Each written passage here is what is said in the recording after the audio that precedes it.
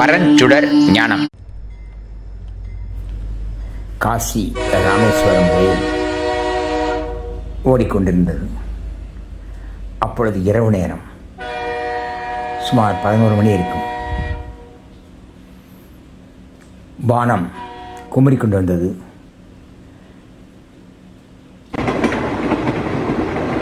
தாமிர நிறத்திலே அடிவானத்திலே பளபளவென்று மின்னல் தோன்றி மறைந்தது.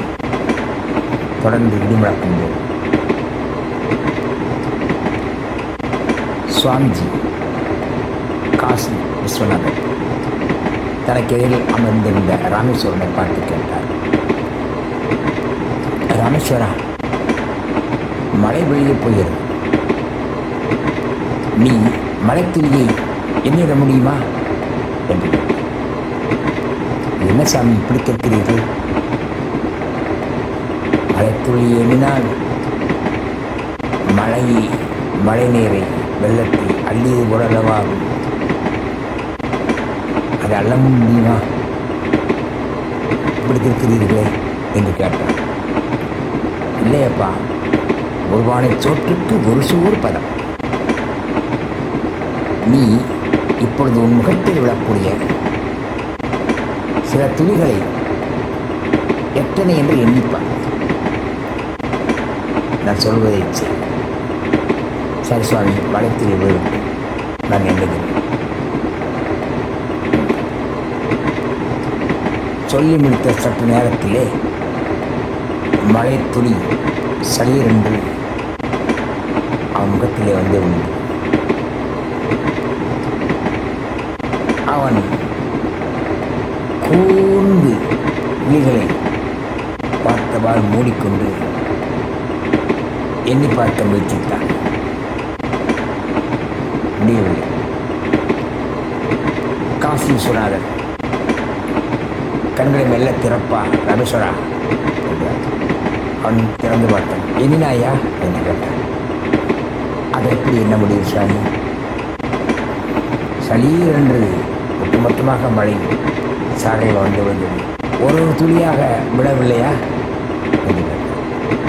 ஒரு துளிதான், ஆனால் இடைவெளி இல்லாமல் அடைந்தது போல என் முகத்தில் பாய்ந்தது. குட்டி மோதி வழிந்து என்னால் எப்படி எண்ண முடியும் என்று கேட்டான். ராமேஸ்வரா,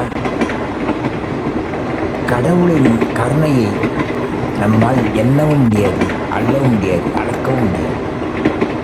மழை பொழியும் போதெல்லாம் நீ கடவுளை பற்றி சிந்திக்க வேண்டும். கடவுளை அளப்பதே கருணையை பற்றி சிந்திக்க வேண்டும். புரிகிறதா? அதற்குத்தான் உன்னிடம் நான் கேட்டேன். கடவுள் கருணை கடல், கருணை மழை, கருணை வெள்ளம், கருணைக்கு எல்லாம் அதீதமான அளவீடுகளை கடவுளுக்கு உதாரணமாக சொன்னார்கள் நம் முன்னோர்கள். எனவே இப்பொழுது மழை சூழ ஆரம்பித்துவிட்டது. உள்ளே மழை நீர் வழிய தொடங்குவதற்கு முன் நாம் கதவை பூத்து விடலாம் என்று சொல்லி அந்த சட்டரை ஏற்று முடிந்தார். ராமேஸ்வரனும் அது ஒத்துழைப்பு கதவை ஏற்று விடுகிறார். சுவாமி, கடவுளுக்கு அடையாளமாக இந்த மலையை சொல்லலாம் என்கிறீர்களா? கடவுளுக்கு அடையாளமாக சொல்ல வேண்டாம் ராமேஸ்வரா, கடவுளின் கருணைக்கு அடையாளமாக சொல்லலாம். கடவுள் எப்படி இருக்கிறாரோ, எங்கே இருக்கிறாரோ நமக்கு தெரியாது. ஆனால் அவர் கருணை மிக்கவர், வள்ளல் குணம் மிக்கவர். ஆகையினால் இந்த மழையை வைத்து நாம் எப்பொழுதும் கடவுளுடைய கருணையை அறிந்து கொள்ள முடியும் என்று சொன்னார். ராமேஸ்வரன் மகிழ்ச்சியோடு அவர் கையில் 2 தூக்குவார். கை போய்கொண்டே தான் இருக்கும்.